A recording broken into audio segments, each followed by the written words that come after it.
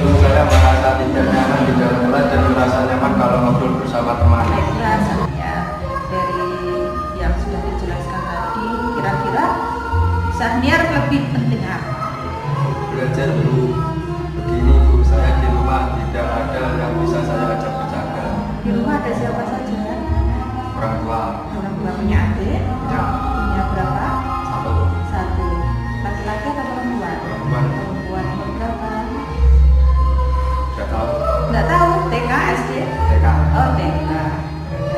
Nanti untuk pelajaran berikutnya Sahniar harus bisa membedakan mana yang lebih penting. Ya, belajar. Tadi Sahniar sudah bilang belajar itu lebih penting. Jadi di kelas nanti usahakan bagaimana Sahniar belajar atau ngobrol dengan temannya. Belajar. Sahniar masih ingat keyakinan kelas pada saat di awal pembelajaran kita sudah mengutarakan ide dan pendapat kita, ide dan pendapat teman-teman. Akhirnya kita sepakat keyakinan kelas kita itu seperti apa. Sahniar masih ingat keyakinan seperti apa Masih ingat Bu? mengenai peristiwa yang sudah dilakukan Sahniar? Ingat, coba apa saja? Saling menghormati, menjaga sopan santun dan disiplin Bu. Alhamdulillah masih ingat. Kira-kira Sahniar untuk memperbaiki kesalahan Sahniar harus bagaimana? Saya akan berusaha mengontrol diri saya ketika pembelajaran. Saya akan fokus belajar dan tidak izin keluar kelas serta menghormati teman saya sebangku. Baik, luar biasa Sahniar. Semoga nanti kedepannya ada perubahan ya dari usaha Sahniar untuk melakukan perubahan. Semoga berjalan dengan baik. Untuk kedepannya Putri akan tetap memantau Sahniar, tidak dalam arti Putri menghukum ya. Semoga perkembangannya nanti bagus. Sahniar bisa memahami ya apa yang dikatakan Putri. Ya Bu, terima kasih.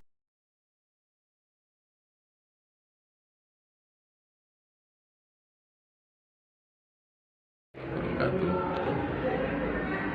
Terima kasih dan kami mendukung sekali program aksi nyata yang calon guru penggerak lakukan, khususnya di kelas yang panjenengan kelola. Semoga ini menjadi motivasi guru yang lain untuk mengikuti langkah nyata yang membuat anak-anak dan para wali peduli tentang kebersihan.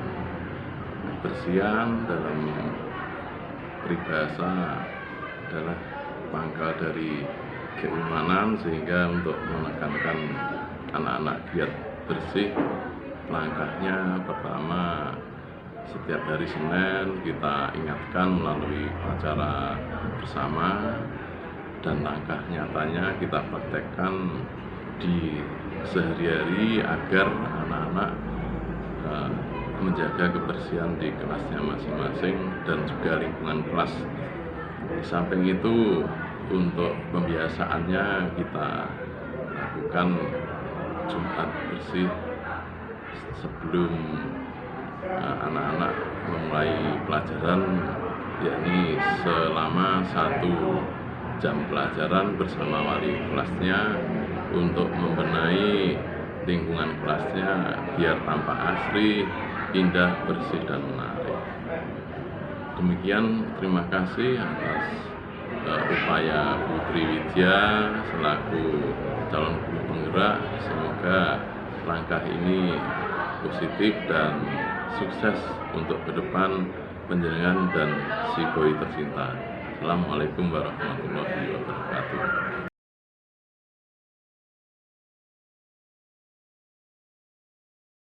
Kepala sekolah, terima kasih atas waktunya yang diberikan saya, Pak Riswatani. Saya ingin memberikan usulan berkaitan apa yang telah dibicarakan tadi. Yang pertama berkaitan dengan sampah.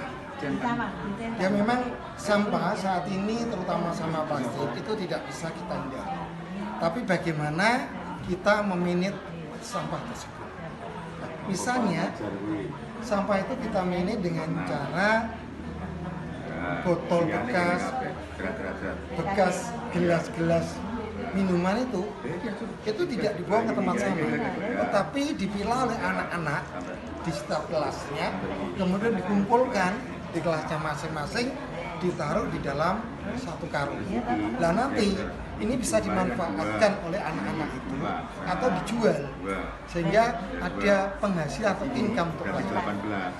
Yang kedua adalah berkaitan dengan pemanfaatan tadi, selain dijual, botol-botol bekas, gelas-gelas bekas itu kita bisa manfaatkan untuk membuat vertical garden atau kebun vertikal, atau bisa juga digunakan media untuk menanam sayur-sayuran. Yang ini juga memberikan masukan pada anak nanti kalau berhasil panen, atau itu juga menjadikan life skill bagi anak itu, menjadikan pengalaman bagi anak itu, memberikan pengalaman bahwa barang bekas itu bisa dimanfaatkan, bisa menghasilkan.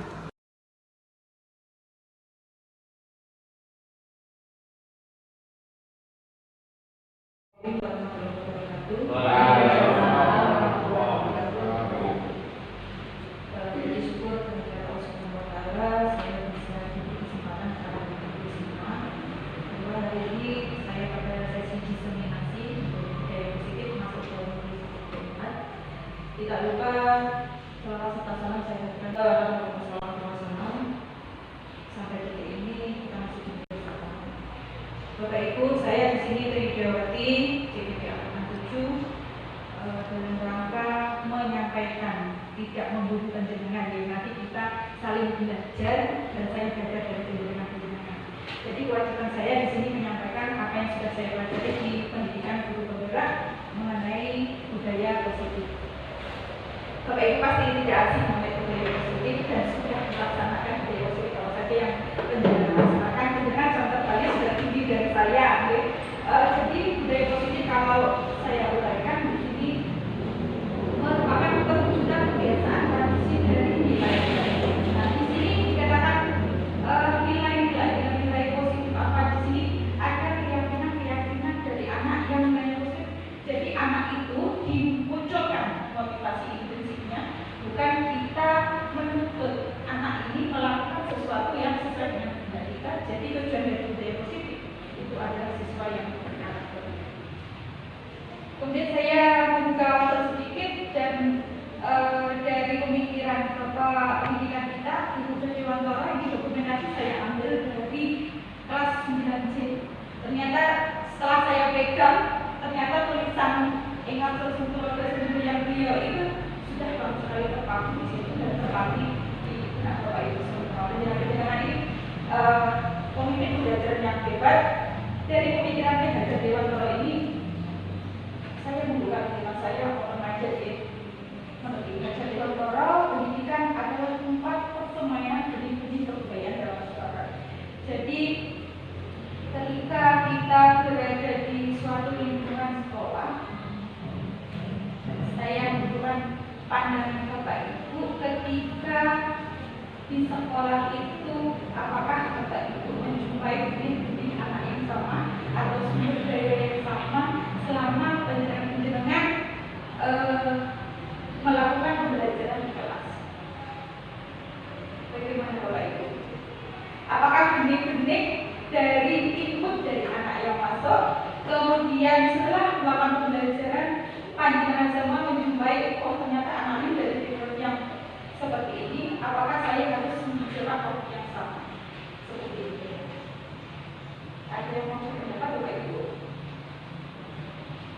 Jadi ketika kita berada di lingkungan sekolah, Bapak Ibu punya beberapa sedikit anak-anak ini ternyata punya satu sumber daya yang di kelas saja contohnya, apakah Bapak Ibu merasa ada benih-benih yang sama, kompeten yang sama dari anak-anak yang Bapak Ibu aja?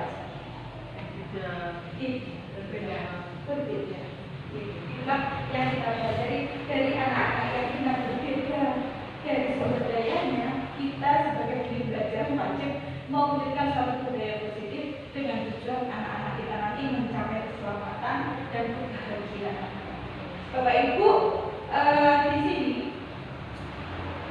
tujuan pendidikan yang Bapak Ibu Dewantoro jabarkan, pendidikan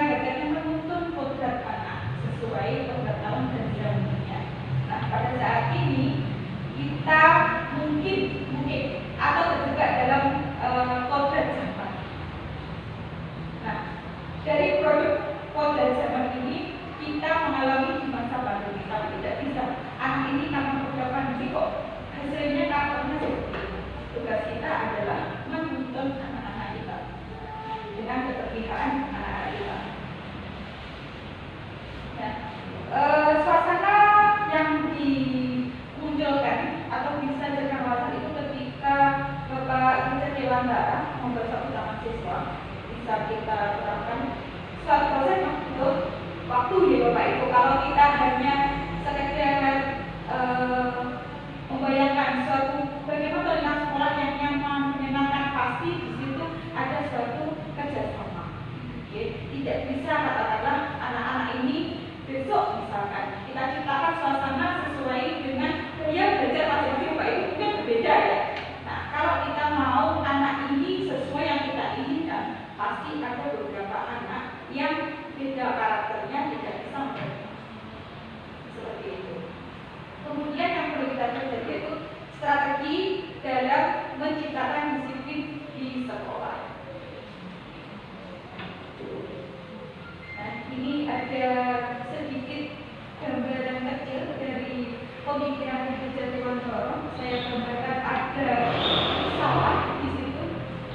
Tadi Bapak Richard Dewantara sudah memaparkan bahwa pendidikan itu adalah persemaian benih-benih kebudayaan, persemaian benih-benih kebiasaan-kebiasaan yang positif.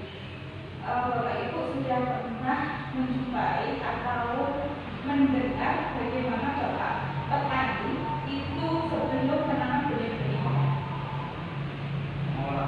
mengolah tanah. Ya.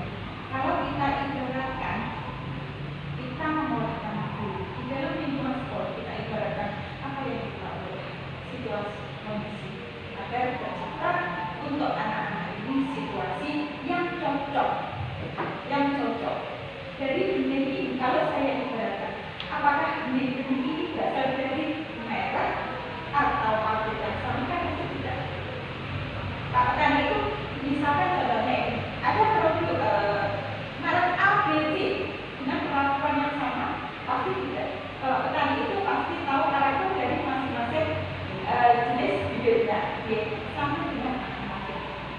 Jadi pemikiran yang Richard Dewantara, kita sebagai pembelajar itu sebetulnya seperti petani, bukan seperti petani bodoh begini, ibarat saja. Jadi ketika kita mau membuat kebiasaan-kebiasaan atau menyenangkan benih-benih anak itu yang bagus, kita harus menyesuaikan, berusaha menyesuaikan apa kebutuhan dari kita. Tapi itu juga dapat kita untuk mempelajari ini karakternya seperti apa.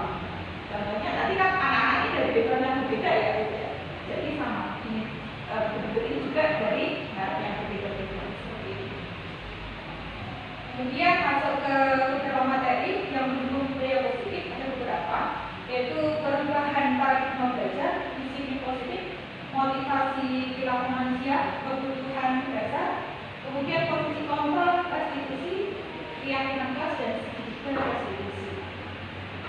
Bapak Ibu ada yang mengenai paradigma?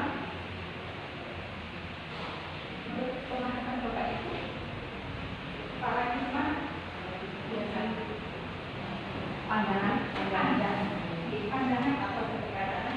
Di sini perubahan atau paradigma belajar atau pendekatan di sini saya ambil dari kementerian. Kenapa pendekatan belajar dari tahun ke tahun mengalami perubahan?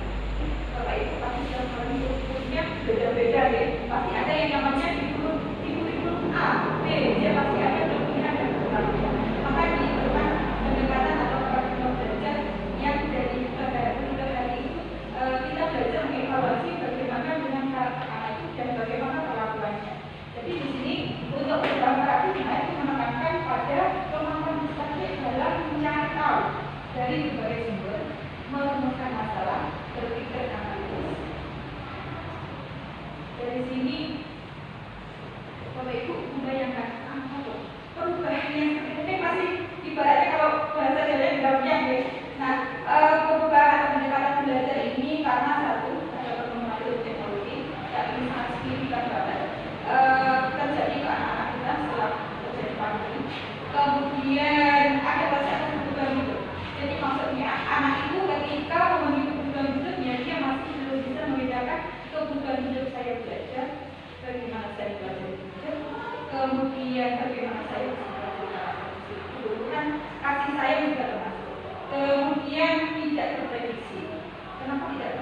karena setiap tahun seperti ada contoh kecil kita supervisor, ada evaluasi kita.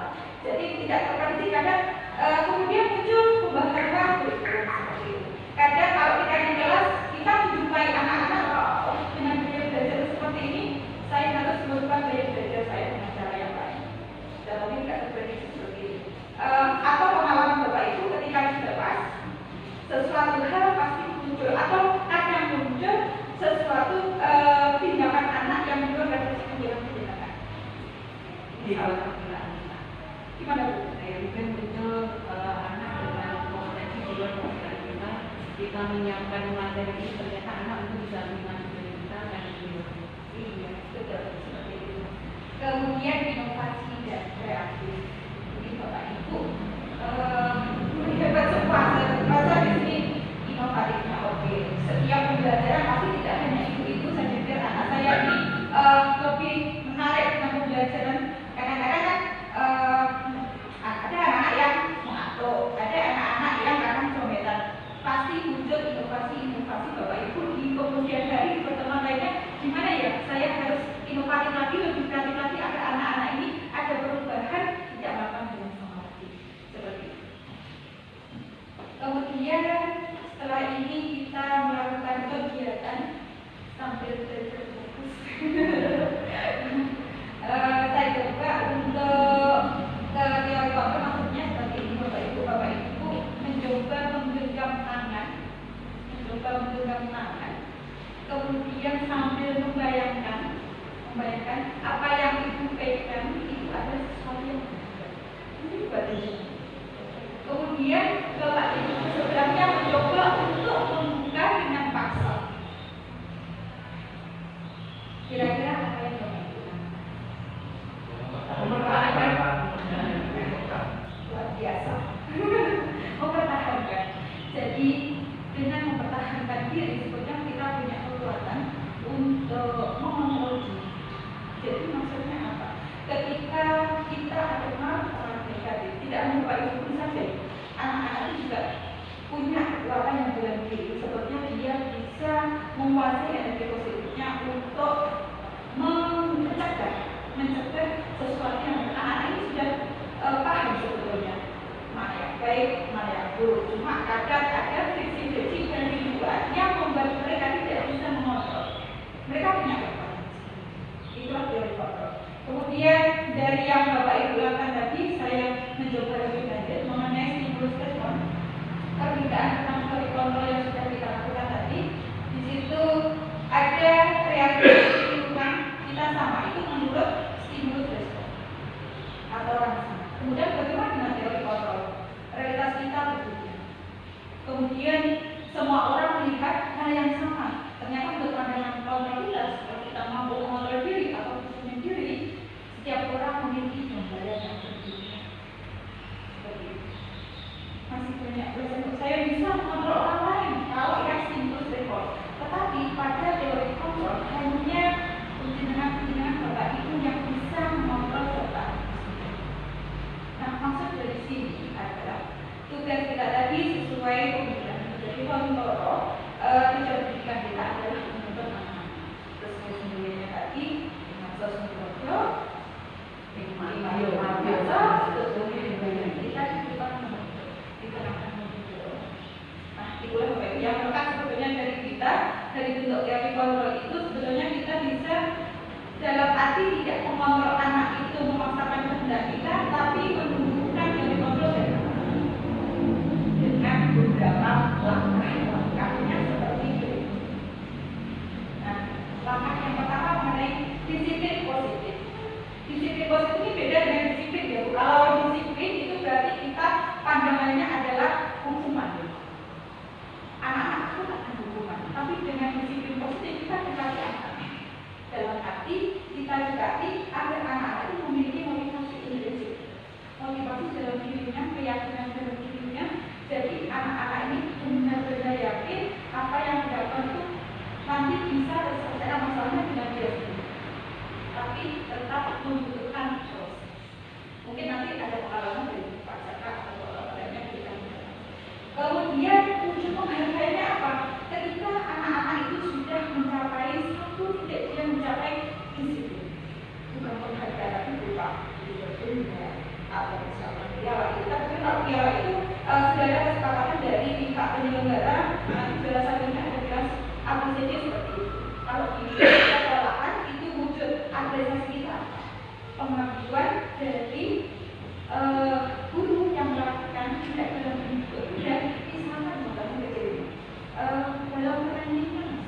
biasanya kalau terjadi nih Bapak Ibu yang kita sering memberi ribetnya dalam bentuk benda.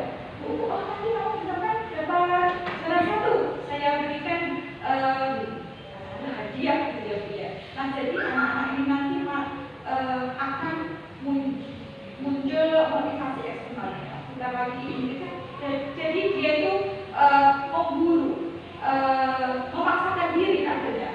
Bagaimana saya harus mengambil suatu penghargaan benda itu.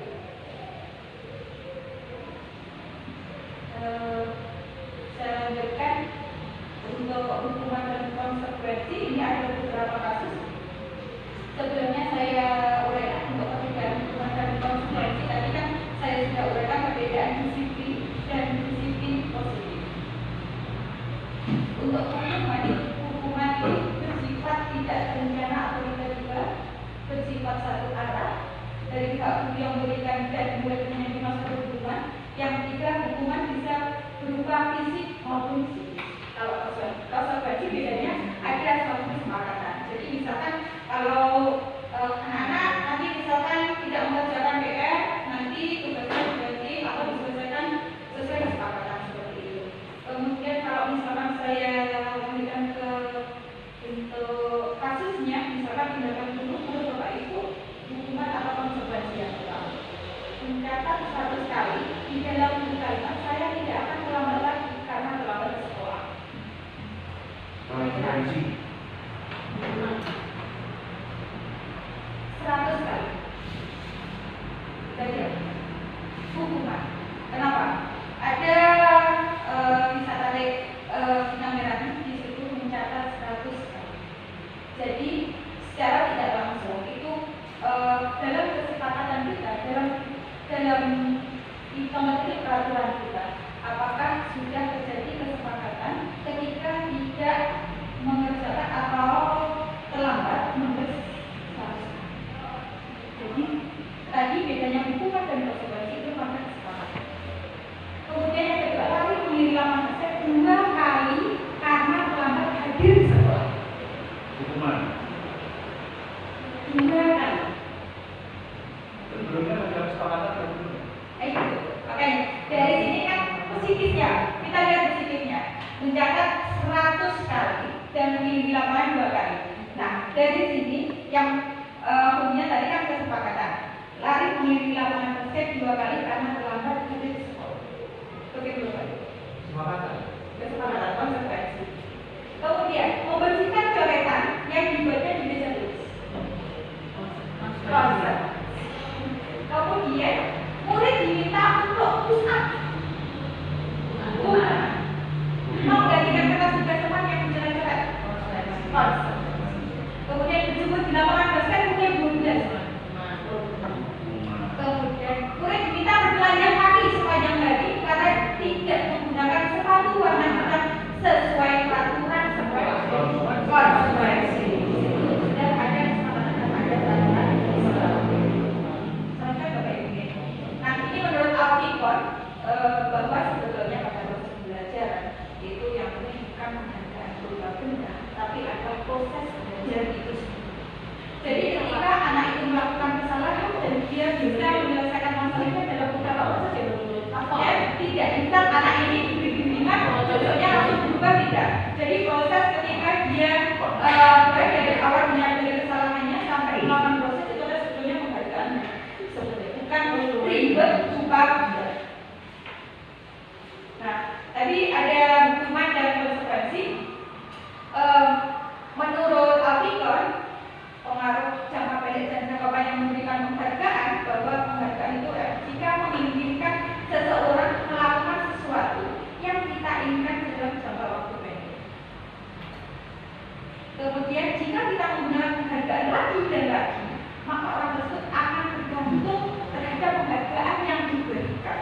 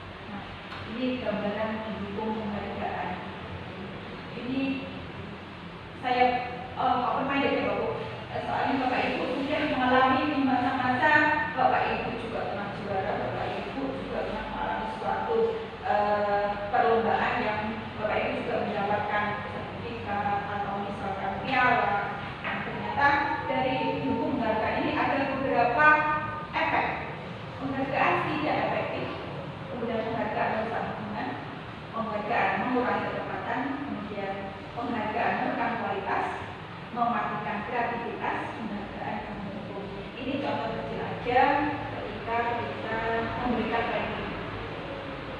Kenapa memberikan ranking dan tertulis di situ? Karena anak-anak kalau tidak tertulis ranking, aku ingin berapa? Padahal anak-anak ini kan ketika dia di situasi belajar di kelas pasti bisa mengukur kemampuan teman-temannya. Seperti itu. Jadi penghargaan tidak efektif karena apa? Ketika anak itu sudah tahu kemampuan temannya, kenapa nilai saya kok lebih rendah? Padahal saya tahu nilai teman saya yang ABC lain. Seperti itu tidak efektifnya. Kemudian kalau penghargaan sangat ingat, ketika di dalam kelas anak itu sudah tahu ternyata saling berbanding nilai raportnya, pasti ada kompetisi yang namanya pasti ada kompetisi yang tidak jaga seperti itu. Kemudian penghargaan mengurangi kekerasan. Ini contohnya, misalkan kita mau melakukan uji melakukan penelitian, misalkan nanti kalian setelah melakukan ujian penelitian ini akan mendapatkan penghargaan katakanlah dapat reward sekian juta, ibaratnya seperti itu. Jadi asal ya namanya ada yang konsekuensi kalau penelitian yang bagus pasti dia mengejar suatu detail atau akuratan. Tapi dari pembelajaran saya dapat ternyata penghargaan itu mengurangi ketepatan. Kemudian penghargaan menurunkan kualitas itu hampir sama dengan penghargaan mengurangi ketepatan. Anak-anak ini hanya mengejar ternyata ribetnya ini seperti itu. Dia tidak memotivasi dirinya dalam arti kualitas saya itu seperti apa. Kemudian kreativitasnya itu kadang-kadang anak asal-asalan akhirnya.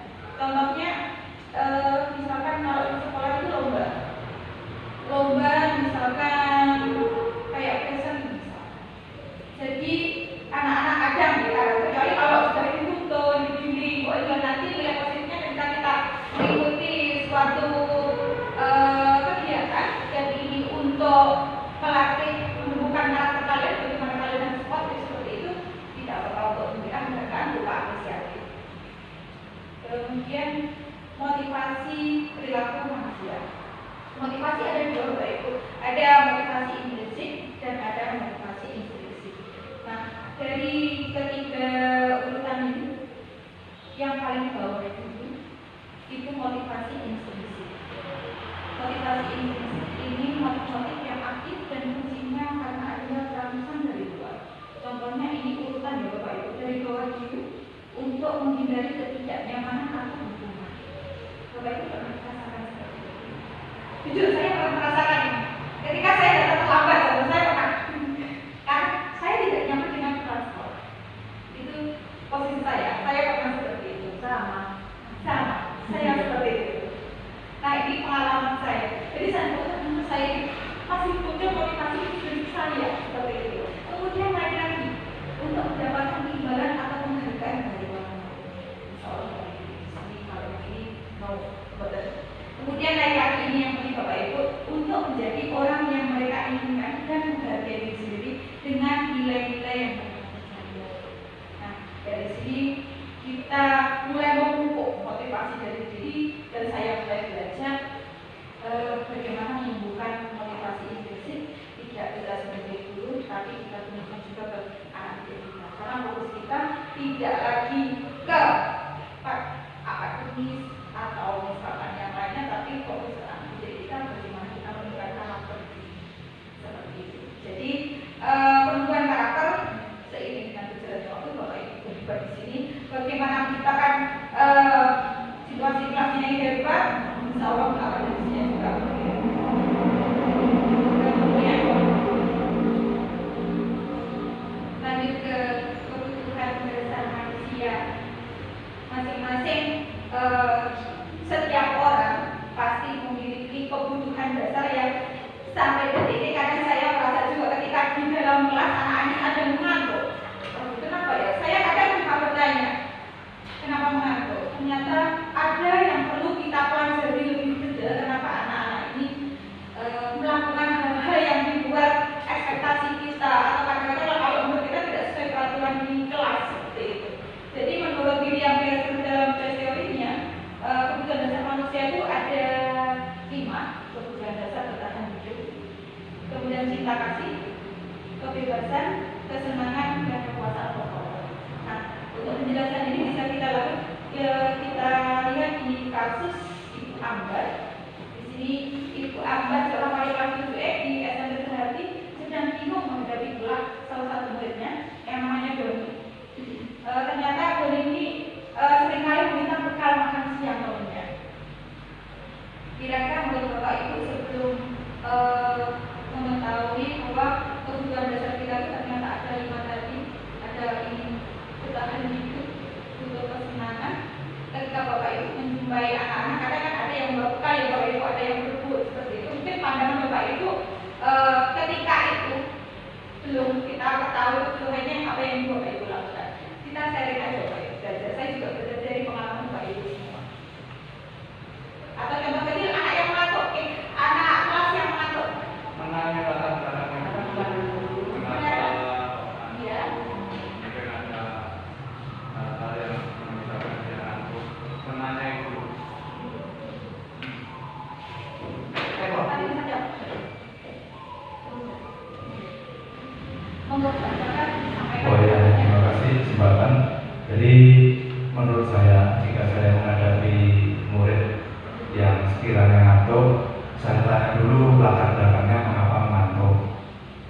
Kemudian setelah tahu latar belakangnya, apa penyebabnya, baru mungkin kita memberi pencerahan kepada anak tersebut bagaimana seharusnya berperilaku supaya tidak datang terlambat. Jadi kita cari dulu akar permasalahannya apa, kemudian kita bantu mencarikan solusi anak tersebut sesuai dengan latar belakangnya biar tidak terlambat lagi. Terima kasih. Terima kasih Pak Jaka. Nah, untuk kasus yang terlambat nanti saya tampilkan ada sedikit video untuk sambil kita belajar bersama. Ini contoh dari Bu Amin tadi. Jadi ketika ada anak yang membawa bekal kemudian berebut, kalau diulas satu-satu sesuai kebutuhan dasarnya tadi, yang pertama kebutuhan untuk bertahan hidup. Jadi Doni mungkin belum sarapan. Kemudian kita kasih Doni ingin belajar dari gurunya. Mungkin ini yang perlu kita pelajari detail, ya minum makanan ya. Kemudian kebebasan, dia ingin mencoba mungkin rasa menyenangkannya seperti apa. Kemudian kesenangan, ini bercanda tapi mungkin ini boleh kategorinya kelewatan ya Bapak Ibu ya. Dan akhirnya nanti berebutnya bisa nasinya lupa atau bagaimanapun. Yang terakhir kekuasaan, ini yang benar. Kekuasaan ini Doni ingin teman-temannya takut. Nah, dari beberapa teori ini bahwa kebutuhan kita ketika kita menjumpai anak-anak itu yang menurut kita di luar peraturan atau tidak sesuai ekspektasi peraturan yang tidak positif, ada beberapa, yaitu tadi ada 5 nih Bapak Ibu. Kemudian ini Bapak Ibu posisi kita. Untuk posisi kontrol, Bapak Ibu semua sebetulnya menempati 5 posisi, dan saya pun pernah di posisi yang mulai atas juga pernah, yang ini juga pernah, dan saya jujur sekarang saya masih di posisi teman dan belajar di posisi manajer. Di Bapak Ibu nanti saya akan mencoba menampilkan mengenai posisi kontrol yang menurut William Glasser nanti ada beberapa posisi kontrol. Semoga bermanfaat. Semua saya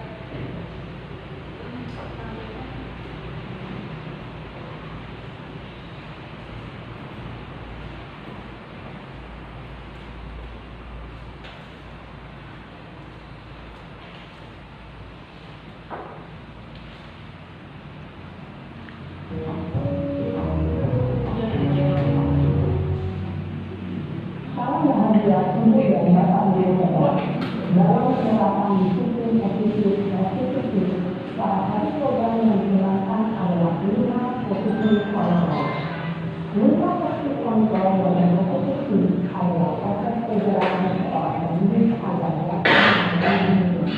Pada video kali ini, kita akan membahas tentang 5 posisi kontrol yang digunakan oleh dosen dan contoh penerapannya.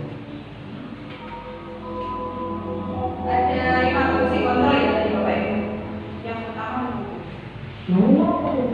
posisi adalah 1.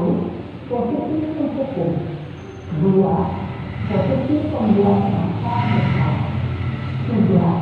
Posisi teman, 4. Posisi pemantau atau monitor, dan 5. Posisi manajer.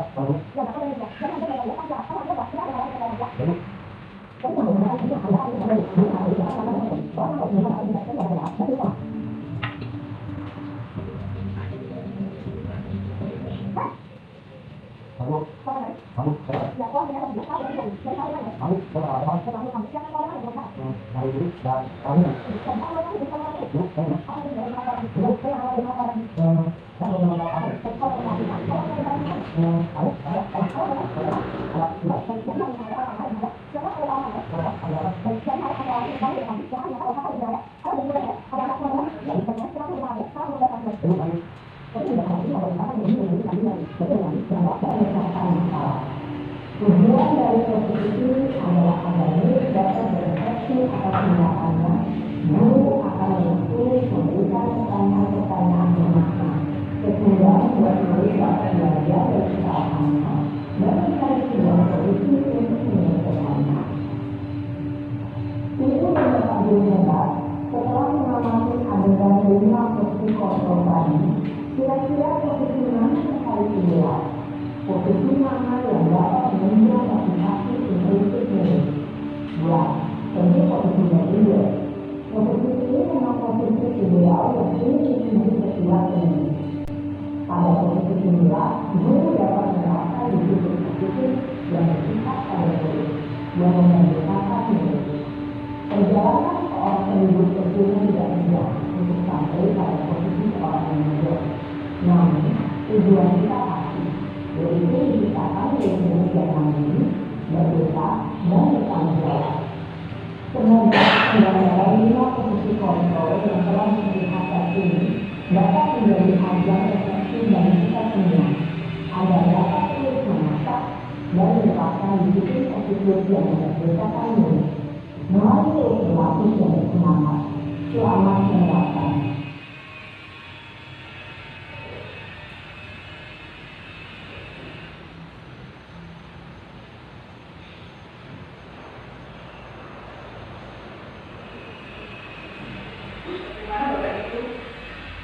Dengan 5 posisi kontrol tadi, untuk yang pernah saya alami, saya pernah juga di posisi menghukum dan membuat rasa bersalah, kemudian di posisi teman. Jadi ketika saya belajar mengenai posisi kontrol ini, masih berusaha kita belajar ini ke posisi manajer. Pasti kita menjumpai tidak 1, 2 atau 3 lagi anak-anak yang di luar ekspektasi kita itu sesuai atau mengikuti peraturan kelas. Tapi paling tidak kita ada sedikit pemahaman bagaimana kita memposisikan diri. Kemudian setelah di posisi manajer, anak-anak nanti juga berusaha untuk menumbuhkan kekuatan dirinya nanti sesuai teori kontrol kita, bahwa anak-anak punya kekuatan sendiri untuk memperbaiki dirinya sendiri. Nah, ini tadi contoh kalimat yang diberikan di 5 posisi kontrol.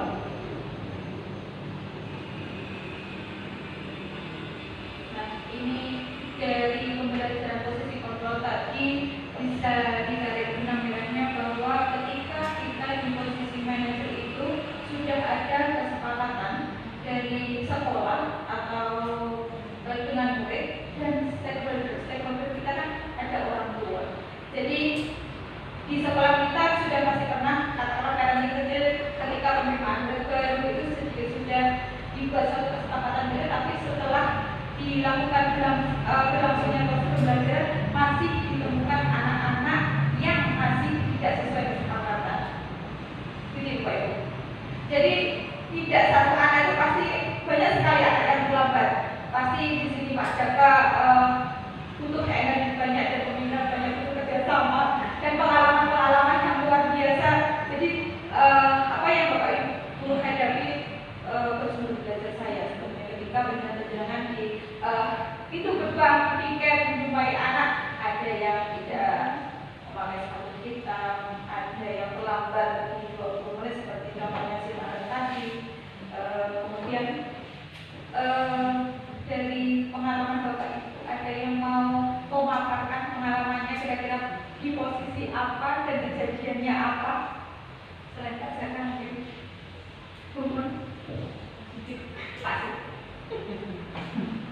Saya dengan posisi ya hukum ya benar. Kita di posisi itu memang di tahap step by step. Kita tidak langsung instan langsung di posisi manajer, tidak. Ya, kita berusaha menjadi manajer. Saya sebagai guru untuk 5 posisi itu kita selalu pasti pernah merasakan kita pernah menghukum anak cuma seberapa besar kita menghukum, kemudian kita juga pernah dalam posisi membuat rasa bersalah juga kita juga pernah melaksanakan. Kemudian yang ketiga tadi kita juga posisi sebagai teman kita juga pernah sebagai teman. Kemudian juga yang keempat posisi sebagai merasa bersama untuk teman. Kemudian yang terakhir adalah sebagai posisi manajer, kita sebagai guru memang setidaknya kita memang harus belajar ke dalam posisi manajer, karena posisi manajer paling tidak akan mengatur anak supaya kemudian dari dia selalu terlambat dengan mungkin kita mengetahui alasannya apa, latar belakangnya apa, sehingga anak itu bisa berubah menjadi atau berubah ke perilaku atau tindakan yang kemudian lebih positif, dan dari situ mungkin bisa anak menjadi berubah dari perilaku dan tindakan positif menjadi suatu kebiasaan yang baik dengan lingkungan sekolah kita yang baik. Terima kasih. Terima kasih untuk pemaparan yang luar biasa dan belajar saya di menambah ilmu saya ini. Terima kasih dari Bapak yang disampaikan oleh Putri Widya tadi tentang perilaku positif dari sekolah kita. Saya yakin semua dari Bapak Ibu guru dan juga saya itu semua sudah mungkin sudah berpengalaman dengan kelima posisi kontrol itu, apakah menghukum sama dengan manajer. Hanya saja setelah kita melihat dalam kurun waktu pembelajaran ini, kita tahu bahwa pada posisi mana yang tepat untuk berubah siswa kita. Jadi kita tidak mesti bahwa menghukum itu salah, tapi kita bisa mengerti pada waktu itu memang anak itu harus pada diposisikan seperti itu. Walaupun nanti akhirnya kita menghukum, tapi juga memberi jalan keluarnya. Semuanya untuk kebaikan siswa kita, dan nanti semuanya untuk kebaikan bagaimana pembelajaran di SMP Bulang. Jadi semua 5 posisi kontrol itu semuanya bagus, hanya bagaimana kita menyesuaikan dalam penerapannya yang tepat pada waktu yang tepat. Itu Putri yang bisa saya sampaikan. Terima kasih. Terima kasih banyak Bapak Ibu pembelajaran saya. Jadi apa yang saya sampaikan, apa yang dipaparkan itu sebagai pengalaman wawasan. Jadi Bapak Ibu dengan gaya belajarnya, dengan gaya berkomunikasi dengan siswa, dengan posisi nanti Bapak Ibu juga di sini pasti bisa mendidik dengan memberikan. Kemudian di sisi positif yang selanjutnya yaitu mengenai keyakinan kelas. Nanti contoh kemarin tadi ketika menampilkan video tadi sudah memiliki keyakinan kelas kamu atau keyakinan sekolah. Nah ini salah satu menunjukkan motivasi intrinsic dari anak. Jadi kita untuk membuat keyakinan kelas itu kita sharing pendapat. Kita tidak mengontrol anak-anak, biarkan anak mengutarakan pendapatnya sesuai dengan gambarannya seperti apa ini. Ketika dia anak-anak itu keluar dari rumah dan sudah mau beritikat baik belajar. Jadi keyakinan kelas yang dibuat itu biar anak-anak tidak merasakan ketakutan bahwa kalau sudah menghadapi kata-kata peraturan biasanya anak-anak sudah muncul rasa takutnya. Seperti itu. Jadi keyakinan yang dibuat itu tujuannya untuk mendapatkan nilai-nilai kebajikan atau nilai-nilai yang positif yang mereka yakini. Kita bisa menggiring atau membawa anak-anak itu di situasi ketika kalian sudah masuk di SMP Boyolali, menurut kalian hal-hal positif pasti anak sudah bisa membedakan mana positif mana negatif. Biarkan anak bercerita dalam bentuk tulisannya yang sudah saya buat. Dalam bentuk stikinan seperti ini sudah saya praktekkan di kelas UG dengan melalui tahapan anak-anak saya jelaskan dulu bedanya peraturan dan keyakinan kelas itu seperti apa. Jadi kalau contoh kecilnya ini kalau peraturan selalu kembalikan buku ke tempatnya. Contoh untuk keyakinan kelasnya tanggung jawab. Seperti jadi kalimatnya itu dalam bentuk kalimat positif yang mereka yakini. Dalam ini kalimatnya dari peraturan dilarang mengganggu orang lain. Ketika kita tuangkan dalam bentuk keyakinan kelas menghormati orang lain seperti itu. Jadi yang dimunculkan adalah kalimat positifnya. Kemudian yang selanjutnya, jadi setelah 15 menit sebelum pembelajaran dimulai, menghormati orang lain atau berkomitmen. Dalam arti berkomitmen di sini anak-anak tidak dengan ketakutan 15 menit sebelum pembelajaran, berkomitmen sebelum 15 menit harus sampai di sekolah. Kemudian dilarang, kata negatif lagi, dilarang melakukan kekerasan. Berarti ketika di keyakinan kelas itu nanti kalimat yang muncul keselamatan itu contohnya. Nah untuk yang teman saya lakukan untuk kelas 7B ini anak-anak saya biarkan curah pendapat ketika kalian diterima di SMP Boyolali ini menurut kalian situasi sekolah seperti apa, situasi kelas seperti apa yang kalian ingin. Ketika kalian masuk ke gerbang pintu SMP, apa yang anak-anak akan melihat situasi? Ada yang di situ ada kakak OSIS, pasti yang melihat sesuai dengan atribut atau pengembangan seragam. Anak-anak itu tahu, besok bisa saya menghadapi beberapa konsekuensi seperti itu. Jadi anak-anak itu sebetulnya sudah tahu mana yang negatif dan mana yang positif. Jadi ketika membentuk suatu keyakinan kelas, kita tampilkan aja yang positif, yang negatif kita eliminasi. Seperti itu. Memang muncul anak-anak itu ketika membentuk keyakinan kelas memang ada yang berubah. Ketika di awal sekali di kelas 7I di awal sekali saya membuat ternyata anak-anak masih malu Pak Ibu. Malu-malunya itu ketakutan, pendapatnya itu masih perlu kita tuntut. Yang mana kemudian bagaimana? Jadi pelan-pelan kita jelaskan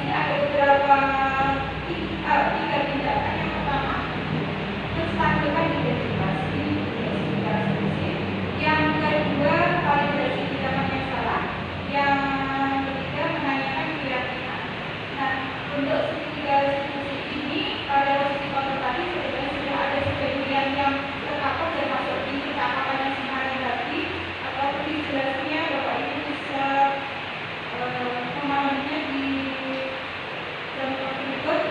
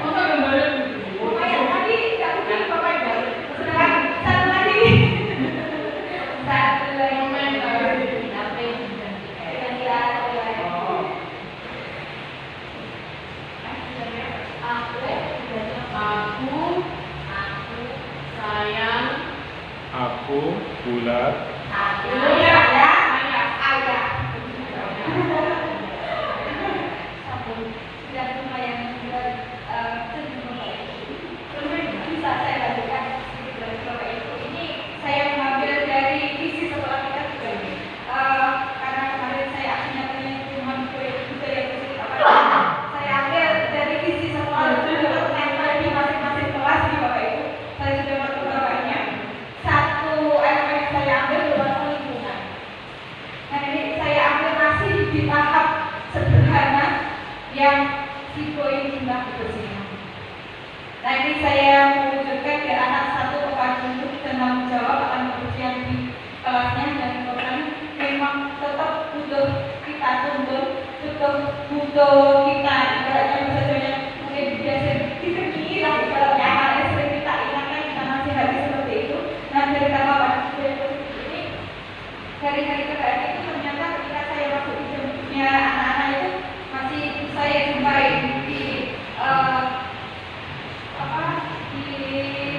baunya masih ada, ini kita apa ya, masih anak-anak masih belum peka. Mungkin ketika saya sudah mengenalkan dia ini, kita benar-benar saling ingatkan ya, nanti di kelas atas ya udah ini saya ambil di kelas itu kan, saya sebutkan tetap saya belajar memahami anak dulu, bagaimana saya memahami karakter anak ini dengan cara restitusi tadi.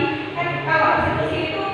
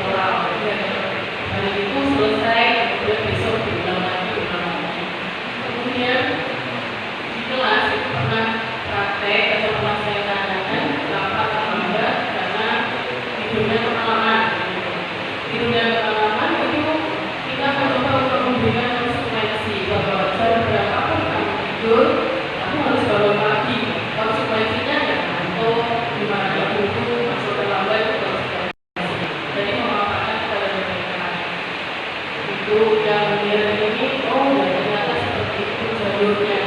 Kemudian yang saya belum yang segitiga diskusi tadi, saya pernah mencoba untuk mempraktikkan itu pada waktu satu anak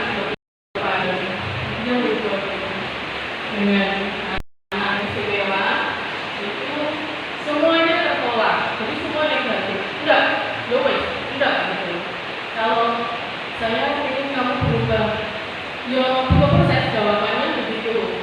Kemudian suwi, enggak, kan gimana? Ya enggak naik, ya enggak apa-apa, saya keluar. Nah, untuk anak-anak yang istimewa ini terus terang belum mempunyai, saya belum punya gambaran yang bagaimana.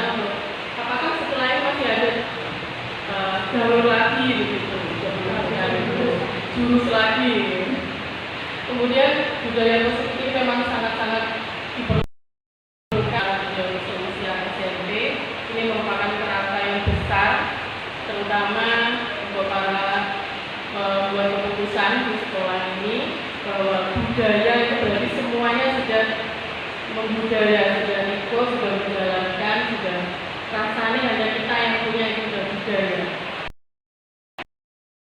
Yang tidak pernah lelah untuk memulainya, selalu dengek untuk ke anak-anak, kemudian memberikan gambaran dan menyadari bahwa memang guru tugasnya adalah hanya mengantarkan mereka kepada takdirnya, gitu ya Mbak. Sesuai dengan programnya kita hanya mengantarkan dan tugas kita adalah memberikan pendidikan dan pengajaran itu tadi. Andaikan dia berpengetahuan yang lebih dari bonus dan